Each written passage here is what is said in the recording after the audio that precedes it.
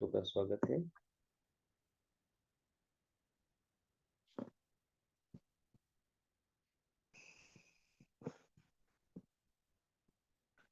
चैतन्य चरितामृत मध्य लीला से श्रवण करते करते हम श्लोक संख्या 228 तक आ चुके थे और भक्ति की विभिन्न अवस्थाएं, उनमें मिलने वाले रस और किस किस लेवल पर भक्त होते हैं, शांत, दास्य, साख्य, वात्सल्य, माधुर्य, इन सभी विषयों पर हम चर्चा कर रहे थे, जिसमें आज जो श्लोक है 228, इसको हम पहले भी थोड़ा सा पढ़ चुके हैं। इसका तात्पर्य जो है आज पुनः, चूंकि बीच में कुछ प्रेजेंटेशन होने की वजह से हम नहीं ले पाए, तो रिवाइज करते हुए आज हम आगे बढ़ेंगे।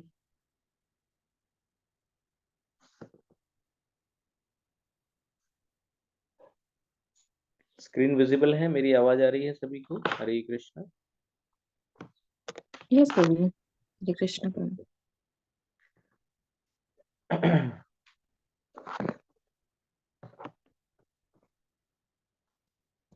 तो वात्सल्य रस के बारे में इस श्लोक में देखेंगे हम। आपना रे पालक ज्ञान, कृष्ण पाल्य ज्ञान, चारि गुणे वात्सल्य रस अमृत समान। वात्सल्य रस में भक्त अपने आप को भगवान का पालक समझता है। इस तरह भगवान पालन के पात्र रहते हैं, जैसा कि पुत्र होता है। अतएव यह रस शांत, दास्य, सख्य तथा वात्सल्य रस के 4 गुणों से ओतप्रोत रहता है। यह अधिक दिव्य अमृत है। तो मुख्य रूप से वात्सल्य रस में भगवान अब जो होते हैं वो निर्भर हो जाते हैं। हालांकि समस्त जीव जो है, संपूर्ण ब्रह्मांड, समस्त जीव जो भी है इस चराचर जगत में, वो सब भगवान के ऊपर निर्भर हैं। लेकिन अब यहाँ पे क्या हो रहा है, भगवान किसी और पर निर्भर है, अपने माता पिता पर निर्भर है। और योग माया की लीला देखिए कि भक्त भगवान को भगवान नहीं मानते, भगवान अपने आप को भगवान नहीं मानते। भगवान को भी लगता है कि जब तक मैं स्तनपान नहीं करूंगा मेरा पेट नहीं भरेगा। और भूख भी लगती है उनको, तो रोते हैं और मैया से जो है स्तनपान करने की, स्तनार्थी हो जाते हैं वो, स्तनार्थी कि भाई मुझे अब स्तनपान कराइए, मैं बहुत भूखा हूँ, मुझे बहुत भूख लगी है। तो इस तरह से भगवान पूरी तरह से अपने भक्तों पर निर्भर हो जाते हैं। श्रील भक्ति विनोद ठाकुर ने अपने अमृत प्रवाह भाष्य में विभिन्न रसों के इस जटिल विवरण का संक्षिप्त सारांश दिया है। तो जो टॉपिक जिस पर हम बात कर रहे हैं बहुत जटिल है, कॉम्प्लेक्स है। ये जो थ्योरी और इसका प्रैक्टिकल बड़ा ही कॉम्प्लेक्स है। वे कहते हैं कि भगवान की सेवा में स्थिर हो जाने पर भक्त सारी भौतिक इच्छाओं से रहित हो जाता है। फिर अपने प्रति इस भौतिक संसार से कुछ लेने की इच्छा नहीं रह जाती। तो कोई भौतिक लेन देन नहीं हो जाता, रह जाता है। सिर्फ जो है भगवान के प्रति कुछ करना है, बस इतना ही उनके मन में कामना होती है। शांत रस के स्तर पर ये दो दिव्य गुण हैं। जिस तरह सारे भौतिक तत्वों में शब्द ध्वनि पाई जाती है, उसी तरह शांत रस के ये दो गुण अन्य सारे रसों, दास्य, सख्य, वात्सल्य तथा माधुर्य में व्याप्त है। कौन सा गुण? भौतिक इच्छाओं से रहित हो जाना और भगवान की सेवा की कामना। यद्यपि शांत रस में कृष्ण के प्रति आदर युक्त भय के साथ अनुरक्ति होती है, क्योंकि इस रस के दो महत्वपूर्ण दिव्य गुण, कृष्ण से अनुरक्ति तथा भौतिक इच्छाओं से विरक्ति, विद्यमान रहते हैं। फिर भी इसमें घनिष्ठता के गुण का अभाव रहता है। तो जैसा हम देखते हैं शांत रस में जो पर्सोनिफाइड या कृष्ण के व्यक्तित्व के प्रति उतना लगाव नहीं होता है ना, भगवान के प्रति। यानी जो हमने 3 स्टेजेस देखी थी, ब्रह्म, परमात्मा और भगवान। तो ब्रह्म और परमात्मा के स्टेज पे आसक्ति होती है, ठीक है। लेकिन जो घनिष्ठता बढ़ती है कृष्ण के जो द्विभुज श्याम सुंदर स्वरूप के प्रति जो घनिष्ठता बढ़ती है वो शांत रस में नहीं होता है। ऐसा यहाँ पे बता रहे हैं कि ममता यानी कृष्ण के प्रति जो ममता का भाव है, ममत्व का भाव है, उसका अभाव रहता है। इसका कारण क्या है? इसका कारण है कि शांत रस में निर्विशेष ब्रह्म तथा अंतर्यामी परमात्मा के लिए आसक्ति की प्रधानता रहती है। दूसरे शब्दों में शांत रस में उस घनिष्ठता का अभाव रहता है जिसके कारण मनुष्य कृष्ण को अपने एकमात्र आश्रय तथा मित्र मानता है। क्योंकि शांत रस में मनुष्य कृष्ण को निर्विशेष परब्रह्म या अंतर्यामी परमात्मा के रूप में मानता है।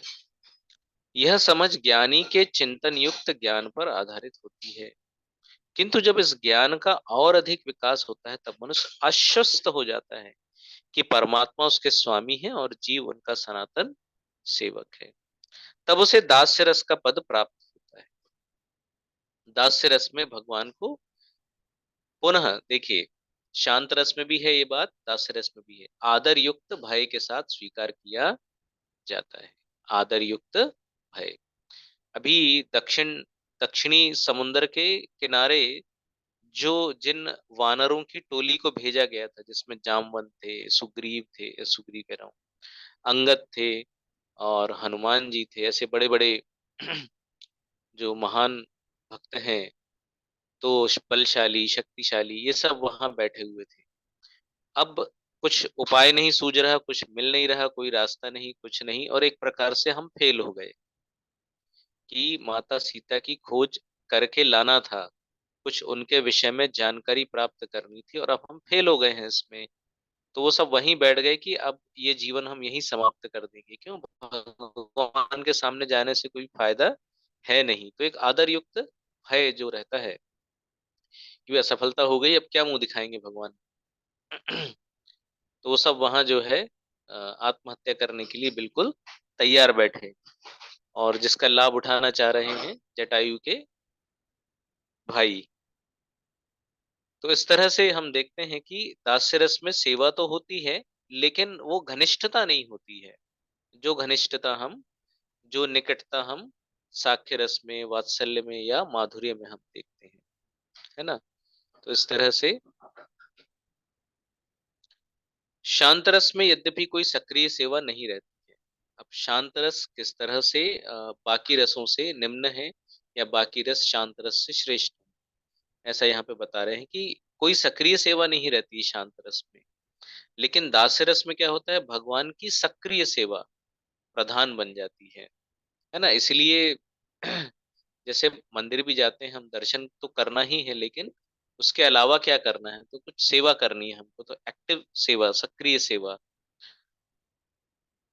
तो मंदिर में अनेकों सेवाएं होती हैं भगवान के प्रति, भक्तों के प्रति, तो वो करना है। तो दास्य रस में सक्रिय सेवा प्रधान बन जाती है। दूसरे शब्दों में दास्य रस में शांत रस के गुण तथा सेवा प्रधान रूप में लक्षित होते हैं। तो दो चीजें तो होती ही हैं, कृष्ण के प्रति अनुरक्ति होती है जो कि शांत रस में है, और भौतिक इच्छाओं से विरक्ति होती है जो कि शांत रस में है। तो दास्य रस में और क्या आ जाता है, दास्य रस में भगवान के प्रति सेवा का जो भाव है और बढ़ जाता है, और सक्रिय रूप से सेवा करते हैं। तो हनुमान जी ने सेवा ले ली, क्या सेवा ले ली, कि जब जब भगवान जम्हाई लेंगे तो मैं चुटकी बजाऊंगा। तो बड़ी समस्या खड़ी हो गई। तो एक्टिव सेवा। तो इस तरह से, और उनका आप देखें जो मुद्रा है उनके बैठने की, वो भी कैसी है कि तुरंत वो सेवा के लिए तैयार है, मतलब आपने बस आदेश दिया और मैं यहाँ से निकला। तो इस तरह से एक्टिव सेवा जो है दास्य रस में, ये बहुत ज्यादा मुख्य रूप से लक्षित होती है। अब थोड़ा आगे बढ़ें तो ये सारे रसों को लेकर के, इन तीनों चीजों को लेकर के और ज्यादा विकसित अवस्था जो आती है वो है सख्य रस की अवस्था। अब इसमें क्या होता है, तो एक आदर युक्त भय जो होता है वो कम हो जाता है, तो मैत्रीपूर्ण घनिष्ठता जुड़ जाती है इसमें, और मित्रता का भाव जो है वो बढ़ जाता है इसमें। अब असफलता का भय नहीं रहता है, कृष्ण ने कुछ बोला है हम असफल हो जाएं, कोई टेंशन नहीं है। जैसे अर्जुन, अब भगवान ने कहा भाई युद्ध करना है, और यहाँ अर्जुन कह रहे हैं नहीं नहीं मैं युद्ध नहीं करूंगा। तो एक्सप्लेनेशन देना पड़ा बड़ा लंबा, भगवान को भगवत गीता कहनी पड़ी कि युद्ध करना होगा आपको, ऐसे ऐसे इस वजह से नहीं युद्ध करोगे, आप लड़ते हुए मारे जाओगे तो स्वर्ग मिलेगा आपको, और यदि आप नहीं करोगे और मारे जाओगे तो कई पीढ़ियों तक जो है आपकी अपकीर्ति गाई जाएगी, आपको दोषारोपण किया जाएगा, और नरक में जाना स्वलग, युद्ध में पीठ दिखाना जो है अच्छी बात नहीं है। तो इस तरह से भगवान को बड़ा लंबा एक्सप्लेनेशन देना पड़ा। सख्य रस में तीन रस तो होते ही हैं, यानी तीन रसों के गुण तो होते ही हैं, शांत के दो और दास्य का एक, सेवा तो करते ही हैं, लेकिन वो सेवा सेवा के भाव से नहीं होती है। भगवान को आनंद देते हैं अपनी सेवा करके, जैसे अब अर्जुन से सेवा करा ली भगवान ने कि भाई निमित्त मात्र भव सव्यसाची, आपको क्या करना है, आप निमित्त बन के युद्ध कीजिए, बाकी सब काम हो गया है, लेकिन आपको तीर चलाने हैं। तो एक प्रकार से भगवान का जो उद्देश्य था, धर्म संस्थापनार्थाय संभवामि युगे युगे, कि धर्म की स्थापना करनी, लेकिन हे अर्जुन तुम्हारे माध्यम से, तो अर्जुन ने वो किया, लेकिन इसमें ऐसा दास्य वाला जो भाव है वो नहीं। तो सेवा तो है, लेकिन थोड़ा सा और घनिष्ठता के साथ में। अब ये तीन जो थे, शांत के दो, दास्य का एक, और फिर सख्य का भी उसमें जुड़ गया, घनिष्ठता, तो ये चार और ज्यादा डेवलप होकर के, है ना, और घनिष्ठता बढ़ करके फिर किसमें वो ये बदल जाते हैं, ये परिवर्तित हो जाते हैं वात्सल्य रस में। ठीक है, शांत के दो फिर विकसित हो गया तो सख्य के रूप में आ गया, और ज्यादा विकसित हो गए तो अब वात्सल्य के रूप में आ गए। तो जैसे आपने देखा साक्ष्य में जो हम अर्जुन,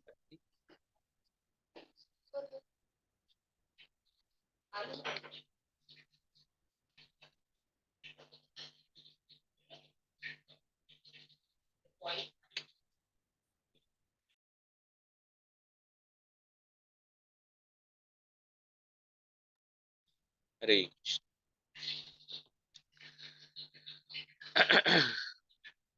तो जैसे अर्जुन है, तो जब भगवान के ऐश्वर्य को देखते हैं तब उनको डर लगता है, और अपनी पुरानी जो मिस्टेक्स हैं उन सभी में उन सब के ऊपर थोड़ा उनको अफसोस भी होता है कि मैंने जो है थोड़ा सा आपका निरादर भी किया है, और मजाक भी उड़ाया है इस तरह से। लेकिन अब ये जब वात्सल्य में जाते हैं तो इतना भी जो भय है, यानी भगवान के ऐश्वर्य को देख के जो भय लगता था वो भी निकल जाता है। तो चार ये रस लेकर के चलते ही हैं, और ऊपर से घनिष्ठता और ज्यादा बढ़ जाती है भगवान के साथ में। तो वात्सल्य रस में चारों गुणों का, चार रसों के गुणों का मेल होता है, शांत के दो, दस्य का, दास्य में तीन हो जाते हैं, साख्य में चार हो जाते हैं, और वात्सल्य में ये चारों मिल करके और ज्यादा बढ़ जाते हैं। तो अब इसमें देखो, भगवान के ऐश्वर्य से को देख करके भी कुछ भय नहीं लगता है। अरे इतनी बड़ी राक्षसी पूतना, और वो मर भी गई, और खेल भी रहे हैं उसके वक्षस्थल पे। अच्छा, धड़ाम से गिरी वो नीचे तो भी कुछ नहीं हुआ। तो ऐसा नहीं सोचे कि ये बालक में कुछ खास है। भगवान श्री हरि, भगवान श्री नारायण, इनकी विशेष कृपा है इस बालक पे। तो तुरंत नीचे उतारा और उनके लिए स्वस्ति वाचन शुरू कर दिया, और उनके शरीर के अलग अलग अंगों पे तिलक लगाना शुरू कर दिया, है ना, गोमूत्र, गोधूली, गोबर, ये सब जो है उन्होंने प्रयोग करना भगवान के शरीर पे शुरू कर दिया। तो भगवान के ऐश्वर्य का कोई फर्क पड़ता ही नहीं वहां।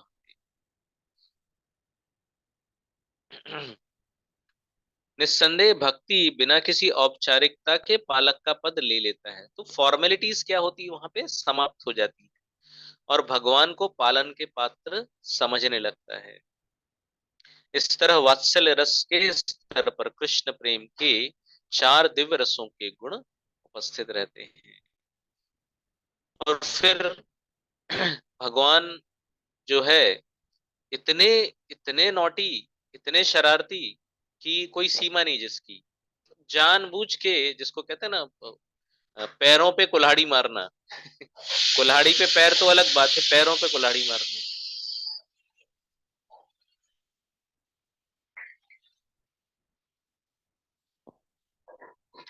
जिसके नुकीले सींग हैं उसके पास में चले जाना है हमको, और सींगों से ही छेड़खानी करनी। जो जहरीला सांप है तो हमको उसी के ऊपर जाके लेटना है या उसी के साथ खेलना है। हाँ? दांत हैं कुत्ते के बड़े भयानक, और हमको उसके मुंह के अंदर हाथ ही दे देना है। बंदर की पूंछ पकड़ना है, लेके झाड़ पे चढ़ जाए तो हमें कोई टेंशन नहीं है। सारी टेंशन किसको देना है? मैया को। तो वहां यशोदा मैया हैं, रोहिणी हैं, और जो गोपियां हैं, जो भगवान को अपने पुत्र के समान ही समझती हैं, है ना, मातृत्व के भाव वाली गोपियां जो उनके घर में सेवा करती हैं, दासियां, तो सबको टेंशन देना है भगवान ने। इस तरह से पूरी तरह से भगवान निर्भर हो जाते कि भाई मैं संकट में हूं, आप बचाओ। कीचड़ से लथपथ हो जाते हैं तो क्या होगा हाइजीन का? यानी अब कीचड़ है, धूल है, मिट्टी है, कितने गंदे हो गए हैं तो बीमार हो सकते हैं। तो फिर नहलाओ धुलाओ सफाई करो, सारा समय उसी में निकल जाता है। तो भगवान पूरी तरह से जो है बिजी रखते हैं पूरे घर के सदस्यों को, जब तक वो घर से बाहर नहीं निकले। और जैसे ही रेंगना शुरू किया तो जब तक पालने में थे, करवट नहीं लेते थे, ठीक था। फिर करवट लेना शुरू किया तो भी कोई दिक्कत नहीं थी। जहां उन्होंने रेंगना शुरू किया दोनों हाथों और घुटनों पे, वहां बड़ी, यानी सबको एकदम बिजी कर दिया उन्होंने। तो इस तरह से वात्सल्य रस में जो है पूरी बहुत ज्यादा घनिष्ठता बढ़ जाती है। और कहीं कोई ऐसा अफसोस नहीं होता, अरे बाप रे ये तो भगवान है। कोई ऐश्वर्य भाव आता ही नहीं है। हमने फिर गड़बड़ कर दी, डांट दिया, छड़ी दिखा दी, बांध दिया, पनिशमेंट दे दिया। नंद बाबा कभी ये नहीं सोचते। अब वो कंस के जो युद्ध का मैदान था वहां पे, जो ये कहते हैं अखाड़ा, तो वहां पे देख रहे हैं कि द्वंद्व युद्ध हो रहा है। बड़े बड़े पहलवानों को इन्होंने चुटकियों में मसल दिया, लेकिन उनको कभी ये ऐसा ध्यान नहीं आता कि अरे यही वो बालक है जिससे मैंने अपने जूते उठवाए, है ना, अपनी पादुकाएं उठवाई, ऐसा ऐसा काम कराया। मेरे घर की गायें जो है ये चराने ले जाते थे, इनको मैंने काम पे लगाया। कोई ऐसा भाव आता ही नहीं उनके मन में, कहीं कोई उल्लेख नहीं मिलेगा हमको कि उनको अफसोस होता है। जिस तरह का अफसोस अर्जुन को होता है कि अरे प्रभु, हम तो सोए आपके बिस्तर पे, आपको अपने बिस्तर पे सुलाया, एक ही थाली में खाया, एक ही लेवल पे बैठे। कभी कभी तो अब भगवान श्री कृष्ण से उन्होंने अगर ये जो मेहमान आते थे उसके लिए युधिष्ठिर महाराज जी ने जो यज्ञ किया, उसमें जितने भी अतिथि आने वाले थे उनके पैर धोने की सेवा आपसे करा ली हमने। तो इस तरह का कोई अफसोस जो है हमें माता पिता के इसमें नहीं मिलता है। माँ यशोदा और नंद बाबा ये जो वात्सल्य रस में इतना डूबे हुए हैं, इतना डूबे हुए हैं कि कभी उनके ऐश्वर्य का ख्याल आता ही नहीं। तो मैया फिर से डांटना शुरू कर देती है कि तुमने माटी खाई। तो इस तरह से वात्सल्य रस में चार गुण तो होते ही हैं, और घनिष्ठता बहुत ज्यादा बढ़ जाती है। से अमृतानंदे भक्त सह डूबे न अपने, कृष्ण भक्त वश गुण कहे ऐश्वर्य ज्ञानी गणे।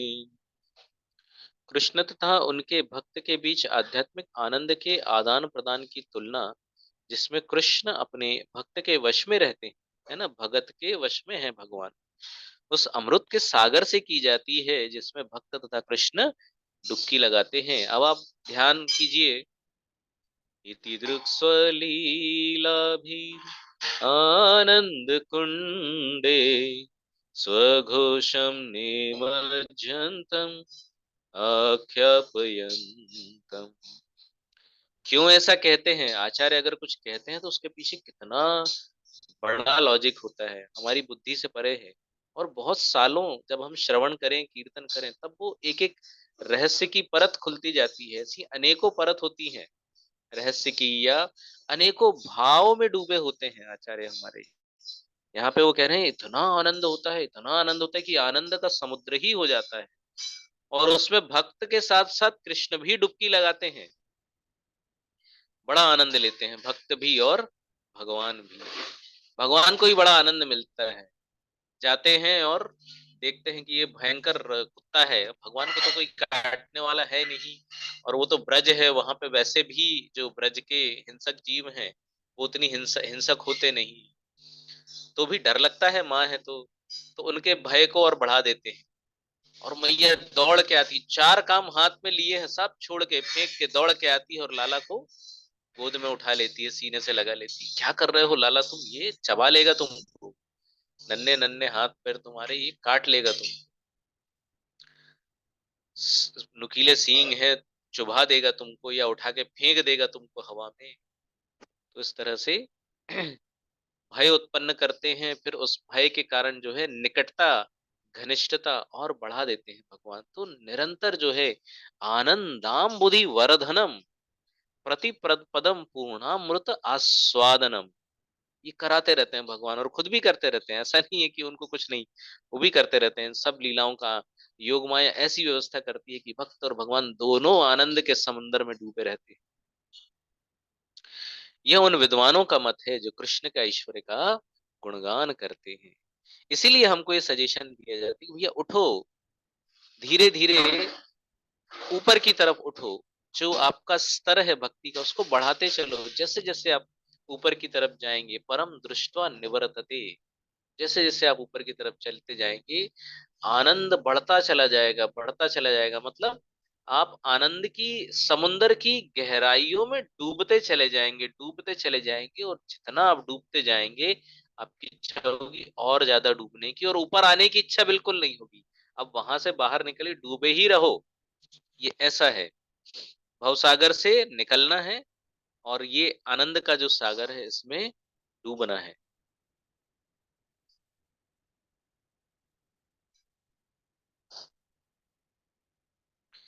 चलिए वो श्लोक भी आ गया जिसका हमने गायन किया था, पूरा ही गा लेते हैं। इति दृक्स्वलीलाभि आनंद कुंडे स्वघोषं निमज्जन्तम् आख्यापयन्तम् तदीयेषितग्नेषु भक्तर्जितस्त्वम् पुनः प्रेमतस्तं शतवृत्तिवन्दे, पुनः प्रेमतस्तं शतवृत्तिवन्दे।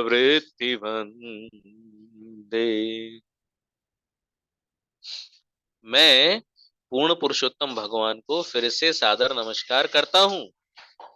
हे प्रभु, मैं आपको संपूर्ण स्नेह के साथ सैकड़ों हजारों, सैकड़ों हजारों यानी क्या हो गया, अनगिनत हो गया, कितना भी प्रणाम करूं प्रभु कम है, करते ही रहना चाहिए जन्म जन्मांतर।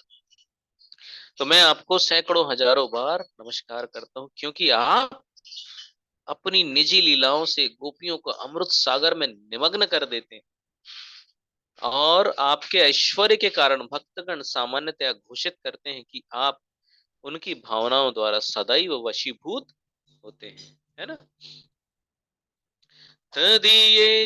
तदीयेषिताग्नेषु भक्तर्जितस्त्वम्, भक्ति से जीत लिए जाते हैं। यही बात आप कहाँ पाएंगे, चौराष्टक, कि अभी उसमें भी वो कहते हैं कि छिनत्सि घोरम यमपाशबंधम भिनत्सि भीमम भवपाशबंधम। तो आप क्या करते हो, समस्त संसार के बंधनों से मुक्त कर देते हो। यमराज का जो घोर यमपाश है उससे भी आप मुक्त कर सकते हो, लेकिन आप अपने आप को नहीं छुड़ा पाते। किससे, ये जो प्रेम की डोरी है, डोरी क्या कहे, पतला महीन धागा भी हो प्रेम का, तो भगवान उससे बंधे रहते हैं, तोड़ नहीं पाते उसको। तो भक्तों के द्वारा भगवान जीत लिए जाते हैं। कितनी बड़ी बात है ना, भक्ति में कितनी बड़ी शक्ति है, अद्भुत। मतलब जब ये विचार आता है मन में, जब ये सुनते हैं और पढ़ते हैं, तो एकदम अद्भुत आश्चर्य होता है, अद्भुत लगता है। और अ, ऐसा लगता है कि हम कितने सौभाग्यशाली हैं कि हमको प्रभुपाद जी ने ऐसे भक्ति के पथ पर लाने का प्रयास किया है। कितना उन्होंने कष्ट उठा करके हमको ऐसे भक्ति के पथ पर लाने का प्रयास किया जिसमें हम भगवान को जीतने की क्षमता प्राप्त कर लेते हैं। इतनी ज्यादा शक्ति है भक्ति में। मतलब संसार तो छोड़ ही दो, समस्याएं तो छोड़ ही दो, अरे सर्व कारण कारणम उनको ही आप जीत ले रहे हो। कितनी अद्भुत शक्ति है भक्ति में। लोग छोटी छोटी चीजों से परेशान होते रहते हैं और ध्यान ही नहीं भक्ति की तरफ, कि भक्ति इतनी बड़ी है, इतनी शक्तिशाली है कि भगवान को वश में कर ले तो फिर ये त्रिभुवन क्या है और त्रिभुवन की समस्याएं क्या है। यह श्लोक पद्म पुराण, तो जो दामोदर अष्टकम है यह पद्म पुराण में से उल्लेखित है। और सत्यव्रत मुनि जो हैं उन्होंने इसका अपनी समाधि की अवस्था में यह जो है गायन किया। मधुर रसे कृष्ण निष्ठा सेव अतिशय, सखीर असंकोच लालन ममताधिक्य हय। कोई संकोच नहीं, असंकोच माधुर्य रस में कृष्ण के प्रति निष्ठा, उनकी सेवा, सख्य का असंकोच भाव, असंकोच भाव तथा पालन की भावना, इन सब की घनिष्ठता की वृद्धि हो जाती है ना। बढ़ते चले जाते हैं, जैसे गहराई में चलते चले जाओ, चलते चले जाओ, तो ऐसे ही आनंद की वृद्धि हो, जितना गहरा जाएंगे उतनी आनंद की वृद्धि होती जाएगी, जितना गहरा जाएंगे उतनी आनंद। तो सबसे ऊपर की सतह पे जो मिलेगा हमें वो है शांत रस, या कहो हवा में ही मिलेगा या किनारे पे ही मिलेगा, लेकिन जब वो समुंदर में हम प्रवेश करना शुरू करते हैं तो जैसे जैसे हम गहराई में जाते हैं, है ना, तो इनिशियल लेवल पे, प्रारंभिक अवस्था में तो शांत रस, फिर और थोड़ा आगे बढ़े तो दास्य रस, और थोड़ा गहराई में गए तो साक्ष्य रस, और गहराई में एकदम गहनतम गहराइयों में जब हम गए तो वात्सल्य रस, और उसके आगे की गहराइयां जो हैं वो है माधुर रस। तो माधुर रस के विषय पे जो चर्चा है वो हम अगली कक्षा में करेंगे। आज की कक्षा को यहीं विराम देते हैं। और जो हमारे कोऑर्डिनेटर हैं माता जी से मैं अनुरोध करूंगा कि लगभग शाम के 6 बजे तक यदि संदेश मिल जाए कि मेरी कक्षा है अगले दिन, तो मैं और अच्छा प्रिपरेशन करने का प्रयास कर सकता हूँ, थोड़ा सा सेल्फ स्टडी भी मैं कर सकता हूँ। रात को देर से हम मैसेज नहीं देख पाते हैं, या सुबह देखने से सिर्फ वो रीडिंग जैसा ही हो जाता है एक प्रकार से, तो हम अच्छी सेवा नहीं कर पाते हैं भक्तों की। तो मैं और अच्छी सेवा करना चाहता हूँ। बहुत बहुत धन्यवाद। आज एकादशी है, सब भक्तों को एकादशी की शुभकामनाएं। तो सेवा का अवसर एकादशी के उपलक्ष्य में मिलना बहुत अच्छा होता है। हरे कृष्णा। आगे आप भक्त कोऑर्डिनेट कर सकते हैं, अपने पॉइंट्स आप शेयर कर सकते हैं। धन्यवाद। हरे कृष्णा। थैंक यू प्रभु जी। और सॉरी, मुझे भी कल लेट ही मैसेज प्राप्त हुआ, तो मैं अगली बार थोड़ा ध्यान रखूंगी इस बात का। और बहुत सुंदर आपने आज की कक्षा को संपन्न किया है। मतलब इतने सुंदर सरल एग्जाम्पल के साथ में आपने सारे रसों को समझाया, और कैसे रस एक दूसरे से कनेक्टेड हैं और क्यों एक दूसरे से श्रेष्ठ हैं। हम कभी कभी देखते हैं कि भगवान ऐसे ऐसे रहे तो क्यों रहे, तो भगवान होते तो ऐसा क्यों कर सकते थे। लेकिन वास्तव में ये रसों का ही भेद है कि भगवान को भगवान नहीं रहने दिया जाता भक्तों के बीच में। और जैसे कि आपने बताया कि योग माया की व्यवस्था है कि भगवान को भूख भी लगती है, भगवान को रोना भी आता है, भगवान भागते भी हैं, भगवान को भय भी लगता है।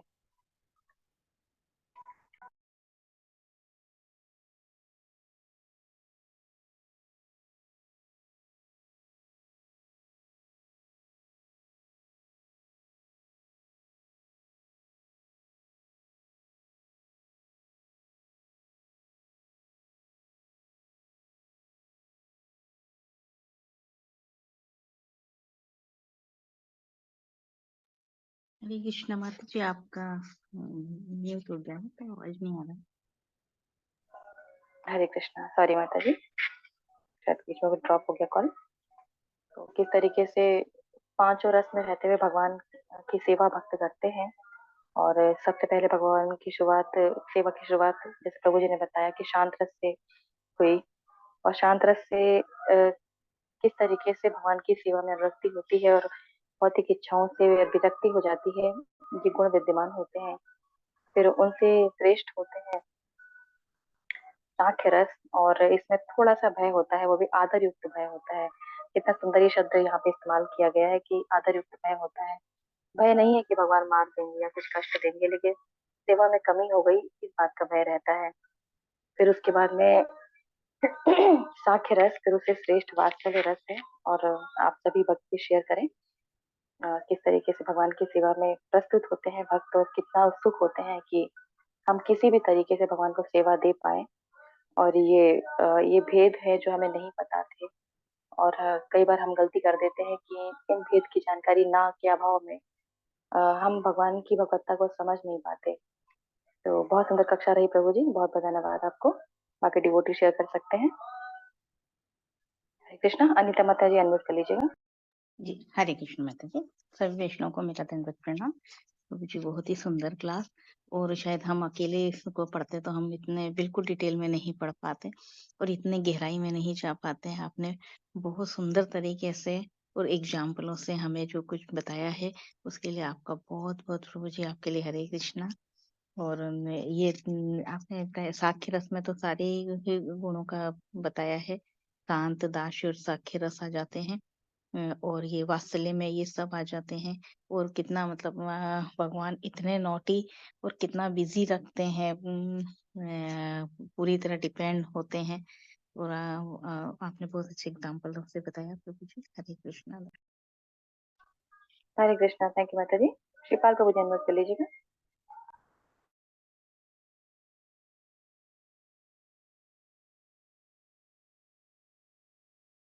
हरे कृष्णा। धन्यवाद प्रभु जी। हरे कृष्णा। आप सभी को धन्यवाद माता जी। थैंक यू प्रभु जी। और जिस प्रकार से हम देख रहे हैं कि हर एक अगले रस में पिछले रस के गुण भी समाहित होते जा रहे हैं, और भाव भी बदलते जाते हैं, सेवा भी बदलती जाती है। और क्यों वात्सल्य रस में किस प्रकार से हम देखते हैं, प्रभु जी ने बहुत अच्छे से एक्सप्लेन किया है। तो पॉइंट में यहाँ पर ये ऐसा बनता है कि किस प्रकार से आदर का भाव, फिर वो आदर का भाव मैत्रीपूर्ण भाव में बदल जाता है, और फिर मैत्रीपूर्ण भाव के साथ में प्रभु भगवान भी यहाँ पर मतलब परम भगवान होने के बाद भी उन्हें भूख भी लगती है, और माता भी उन्हें बिल्कुल मतलब वहां कोई भगवान का भाव नहीं है। एक साधारण बालक की तरह रसों का आस्वादन करने के लिए, जहां पर रस मतलब एक दूसरे के रस मिल रहे हैं, तो वहीं पर फिर भी सारी चीजों का आस्वादन करने के लिए पूर्ण रूप से मनुष्य रूप में, कि किस प्रकार मनुष्य को सब चीजों का सुख होता है, उस आनंद को पाने के लिए किस प्रकार से रोते भी हैं। तो ये जो वात्सल्य भाव है, उसमें बाकी रस आ गए। प्रभु जी ने एक एक पॉइंट को बहुत अच्छे से क्लियर करके बताया कि किस प्रकार से अगला रस उसमें आता है तो आ जाएगा, वहां आदर समाप्त हो जाता है, मैत्रीपूर्ण भाव आता है, तो फिर वहां पर यही चीज बदल जाती है कि सहयोगात्मक, मतलब वहां पर कोई आदेशात्मक चीजें नहीं है, वहां पर सीधे ही मैत्री का भाव है। तो थैंक यू प्रभु जी। हरे कृष्णा। धन्यवाद प्रभु जी।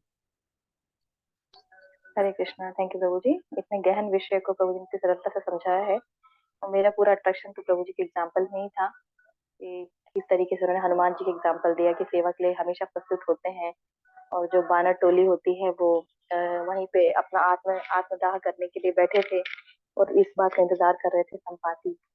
फिर अर्जुन का भय, अर्जुन के भय के साथ साथ में इस बात की चिंता कि मैंने भगवान के साथ में कैसा दुर्व्यवहार किया, आपका मित्र समझ लिया। फिर माता यशोदा का एग्जाम्पल बहुत ही सुंदर तरीके से प्रभु जी ने पूरा प्रस्तुत कर दिया, और ये बहुत ही गुड़ विषय था, नहीं तो रसों में भेद समझ पाना हमारे लिए बहुत मुश्किल था। और कोई डिवोटी शेयर कर सकते हैं यदि कुछ पॉइंट है या कुछ कमेंट्स हैं या कुछ क्वेश्चन है तो बता सकते हैं।